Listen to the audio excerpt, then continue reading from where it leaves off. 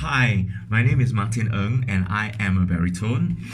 As many of you know, or what will now know, I am a classical singer from Singapore who has studied in Italy and graduated from an Italian institution. But I do know for a fact that many of my colleagues, Singaporean colleagues, have studied in many other places like in the UK, in the US, and even in Germany. But however, very few, or rather, no one that I know recently has studied in Italy and has graduated and have come back to Singapore. So the whole idea of today's video is to actually provide an insight into into what goes on, the application process to go to an Italian institute, Italian conservatory, what you get to study in an Italian conservatory, what are the focus, what are the subjects, what are the special things, and this is absolutely useful for Singaporean voice students who are thinking of studying overseas and are still deciding which place to go. So today I have with me, I graduated already for quite some time, and perhaps it would be best for me to actually ask a person who has recently graduated, who is a colleague of mine, who is a Taiwanese, based in Milan, and who studied and graduated from the Milan Conservatory. And today I'm going to interview her and ask her what's it like to study in an Italian conservatory. So, thanks for watching this video. And before I proceed, if you like my video, please like my video or click subscribe to the Martin Ng Opera channel. So here we go.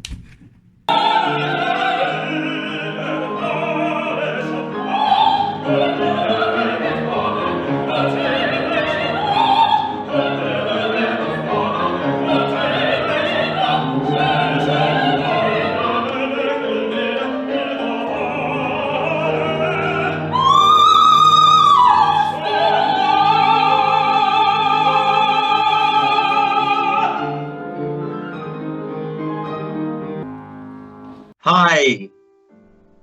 Hi. So now this is COVID-19, and I can't really meet anybody out of the confines of my house to interview or to ask for information or advice on the situation. So the only thing that we can do now is to Skype. And on Skype today, I have with me my good friend and colleague Tiffany Cheng from Taiwan. Hi.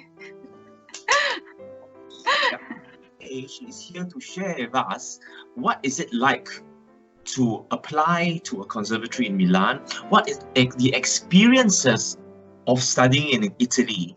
And I believe anyone in Singapore, any voice student who is interested in studying in Europe after pursuing basic studies in Singapore would really want to know which institution, which country is the best choice for him or her.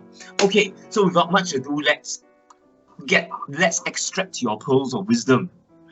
Okay, you know that, or rather, I know that you have studied in the Milan Conservatory, and the thing is, there are so many countries to choose from for furthering our voice education.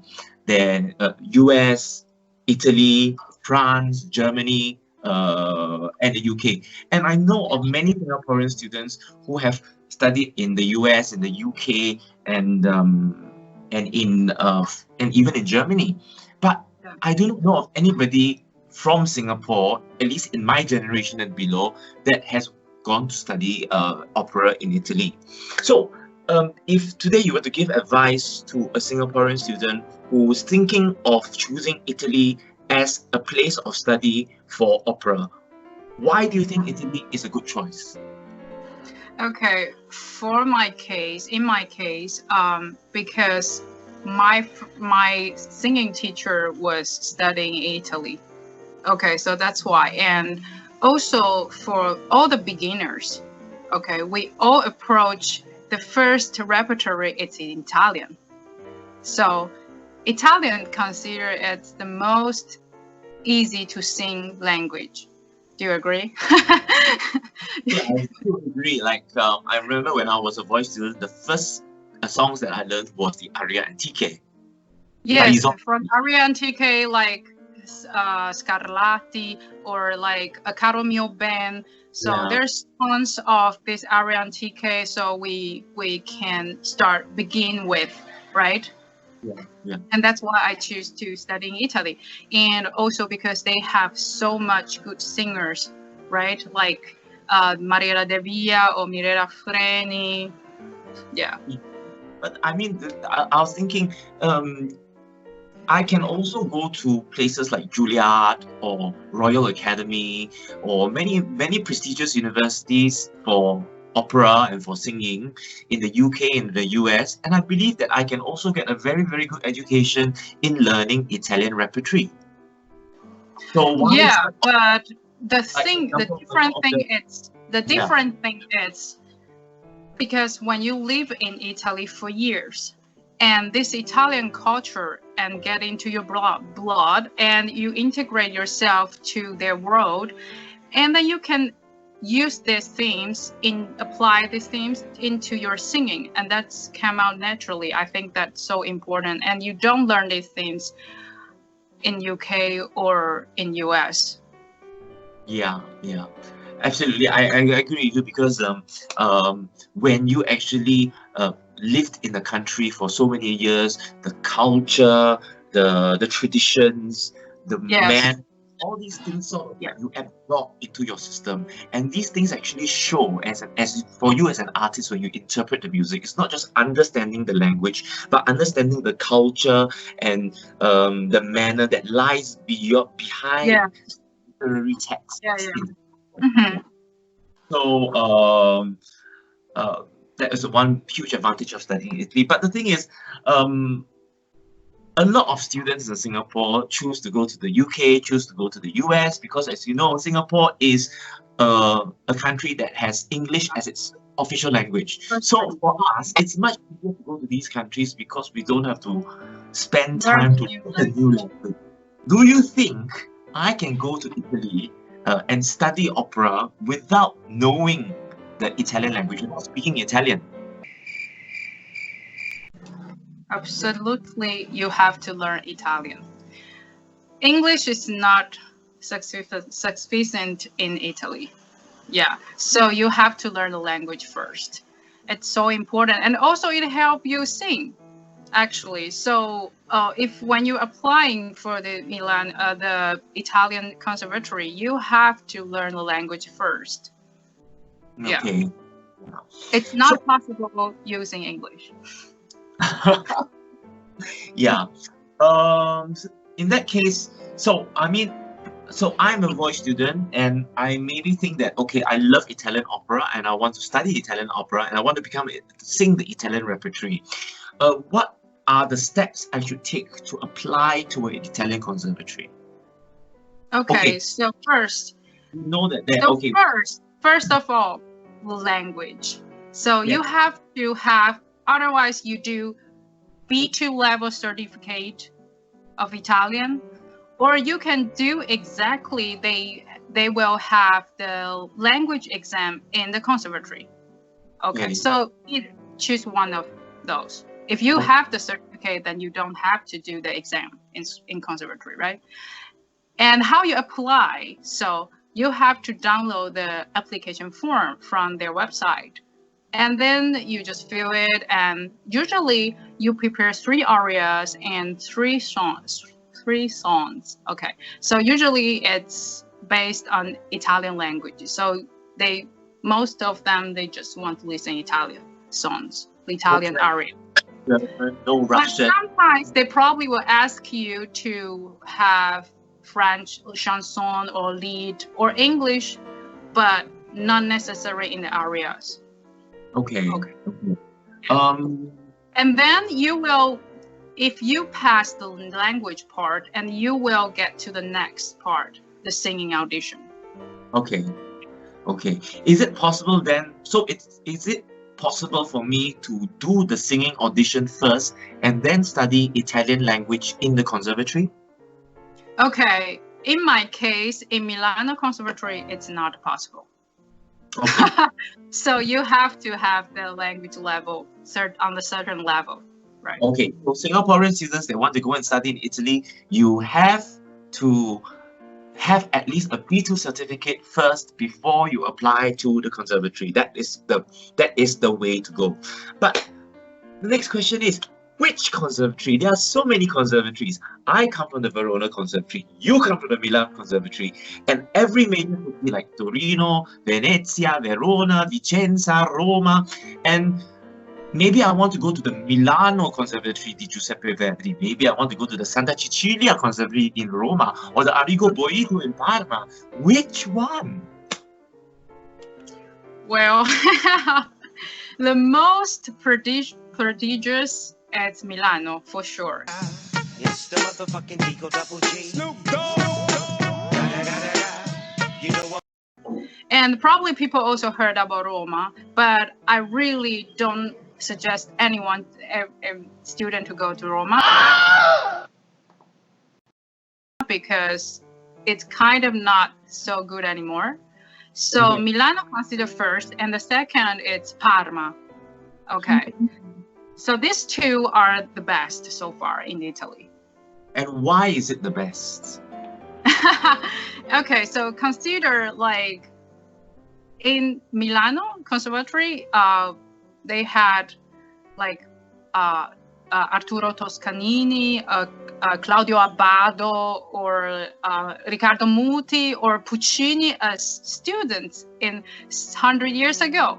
And so, of course, like this conservatory turned out so prodigious, right?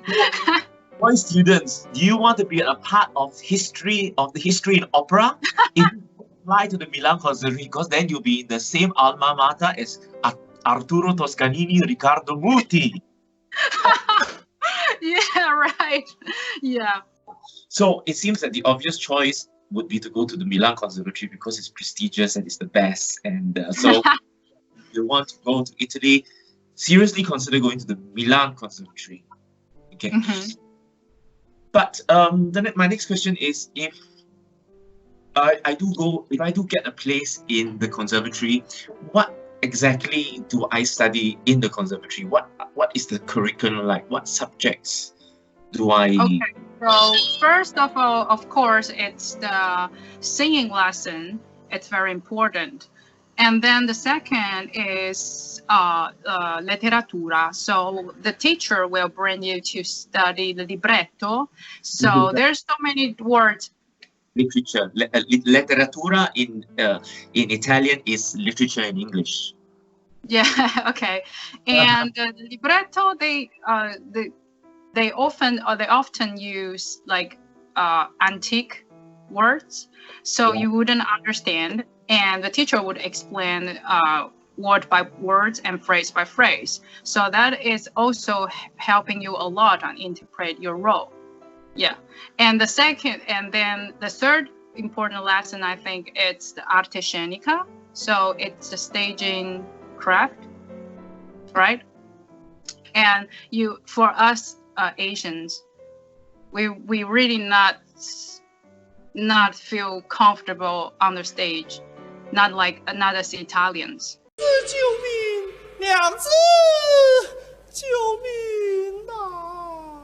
Because like Italian, they use so many gestures when they speak, right?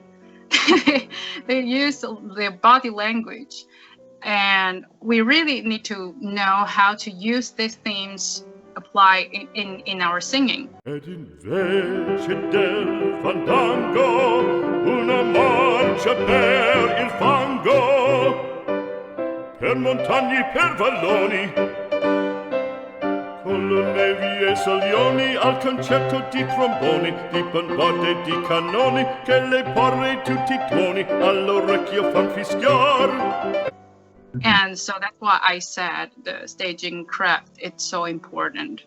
Yeah, so which is what we consider, stagecraft or movement craft or movement class.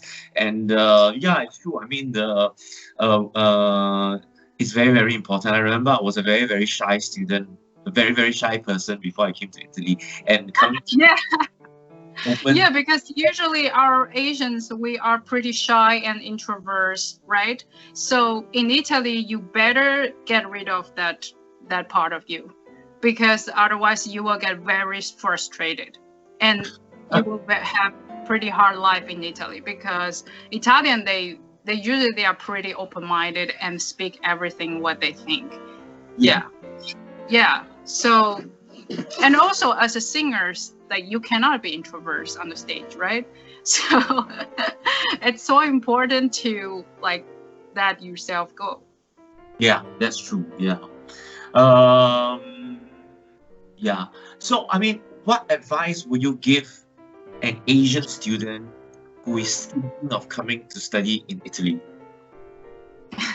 Okay, so coming to study in Italy, first, you have to learn a language, that's for sure. And the second is you need to train your ears. You need to have good ears. Okay, so this will help you to choose a good teachers, Mm-hmm. right? So how you can train your ears? How? So my way is just keep going to theater to listen operas. So I have Milano, La Scala, or you can go to Firenze or Venezia or Roma. They have tons of good singers there. So in Scala, Arena di Verona. Arena di Verona, yes. And so when I was doing the school, I listened to so many good singers singing in Scala, like Diana Damrau or Opu or Edita Gruberova, the Mariella De Via, Barbara Frittoli, or Sonia Roncheva. These all great singers, right? Yeah. And that is also help you to learn like what is the good and right sounds. Okay. Yeah, that's it's so important. The sounds, what are the sounds or what are the voices that can sing in the best stage in the world or the best theater in the world? Yes. Kind of voices that make a career. Yeah, exactly. So a huge advantage of studying in the Milan Conservatory is the close proximity to the La Scala. And so exactly. You just pay 20 or 25 euro and you can listen so many great singers from all over the world. Yeah, definitely need to profit this. This is another reason why a person should come to study in Italy. Study opera. Yes. And I also need to give advice to all the students that when you find singing teachers, you really don't stick with just one, okay? Because for the beginning, for example, I had problem with the technique of coloratura. So I'm going to this teacher, like I had Stefania Bombardelli. So she taught me a lot of technique about the coloratura.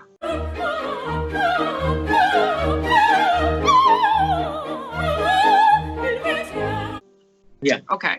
And then you need to move on. For example, now you need to learn like how to do very good legato or how to balance, interpret between technique and the musicality. Musicality. Right? Musicality. And I learned a lot this from the Barbara Frittoli.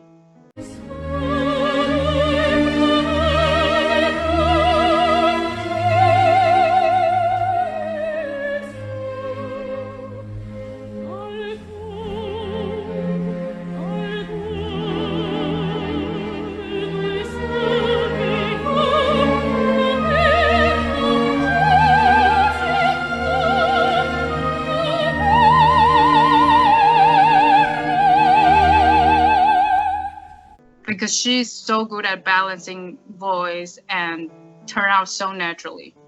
Yeah, so you need to be very smart to listen at what you need, what you don't need, because not every teacher, they are good at everything.